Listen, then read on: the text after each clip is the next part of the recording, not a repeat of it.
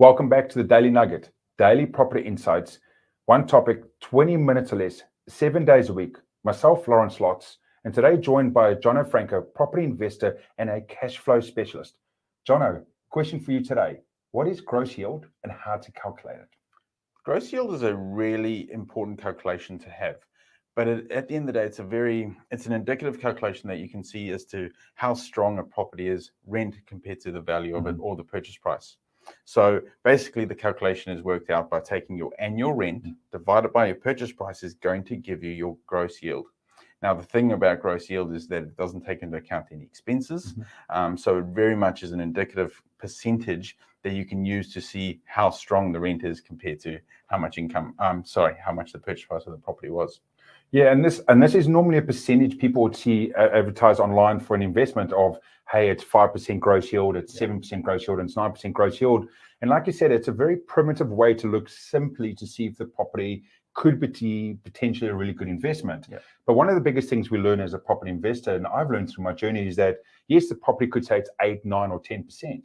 But those underlying costs, unless you run those through, could catch you out. And a very simple example, which actually I was taught through Jono and the team, was you could have 9%, but you don't realize that in this area of a property board, the rates for that area is 3 times the national average. So you go, great, it's 9% gross yield, but then you don't realize that your annual rates, instead of being 1,000 or 2,000, could be 4,000 or 5,000. Which then offsets that positive gross yield that you thought you were going to have in the beginning. Yeah, absolutely. I mean, so that's why gross yield is really that initial calculation to see whether it's worth exploring further, when you can then have a look at what sort of expenses you may be looking at.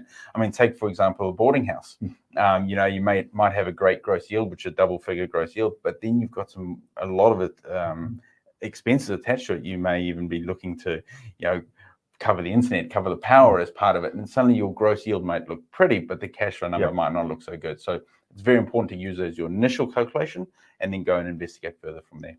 That's great. And to anyone else at the moment, we talk about obviously gross yield and cash flow. Make sure you go look on the rest of the series of the Daily Nugget, because we actually did cover off cash flow as well, which is the number before tax of how much you put in your pocket on a weekly or monthly basis. But thanks, Jono, as always, coming on to the Daily Nugget. And to anyone else that wants to learn more or has any questions, all the details will be in the description, depending on where you're watching or listening at the moment. And as always, thanks for coming over to Daily Nugget, daily property insights. One topic, 20 minutes or less, 7 days a week. And as always, hope to see you.